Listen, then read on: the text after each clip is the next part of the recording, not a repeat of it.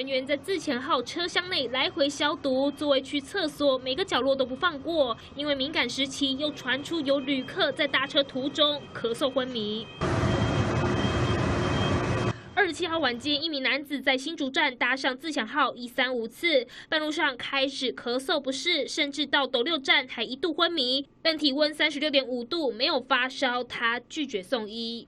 那个旅客是因为癫痫引起的，处理以后呢，认为他没有发烧，状况还好，我们就让他继续搭下班7天车到嘉义去。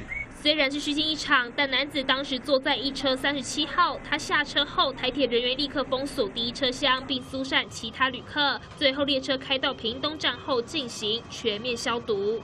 还是会害怕，就是都有带着酒精。刚刚车上大概2、3个人，就是一节车厢，所以其实还好。疫情严峻，民众最好避免跨县市移动，但碰到不得已的状况，就会担心身边同行的旅客是否可能带原病毒。非常时期，只能先保护好自己。记者廖明莲、李云杰与您报道。